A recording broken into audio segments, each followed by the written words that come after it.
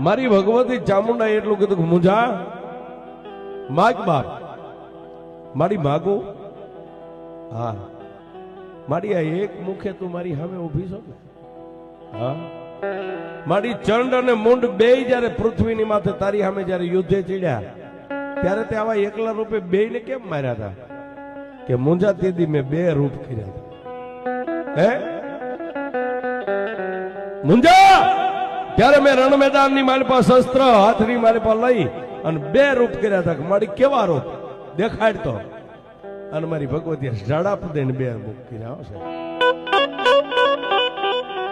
બે મુખ કર્યા ત્યારે માતાજીને એટલું કીધું કે એ માં થોભી જા મારી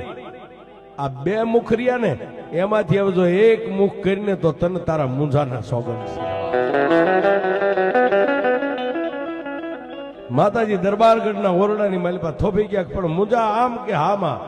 હવે દુનિયાને મારે જગતને બે મુખ દેખાડવા છે કે મારી સામુંડા કેવડી